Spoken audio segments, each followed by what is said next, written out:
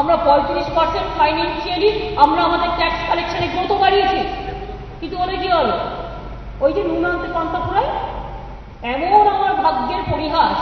আগে জানলাম এই জায়গায়, ওরে বাবারে সাংঘাতিক জায়গা, আমরা আছি বলে সারাক্ষণ কেটে কুটে আমরা করি কয়েকটা লোক। কে আসতো? আমি তো মাঝে মাঝে বলি, তো নিলাম করে দিলেও খুব কিনবে না। সবচেয়ে বেদনার বিষয়, রাজ্যের মুখ্যমন্ত্রী পুলিশের ফাংশনে দাঁড়িয়ে বলছেন এরকম অবস্থা জানলে আমি ক্ষমতায় আসতাম না। এ তো বাংলার লজ্জা। মুখ্যমন্ত্রী পুলিশের ফাংশনে দাঁড়িয়ে বলছেন নিলামে তুললে কেনার কেউ নেই। রবীন্দ্রনাথের বাংলা, বিদ্যাসাগরের বাংলা, রামমোহনের বাংলা, বিধানচন্দ্র রায়ের বাংলা, বিবেকানন্দের বাংলা, এ কি ভাষায় কথা বলছেন মুখ্যমন্ত্রী?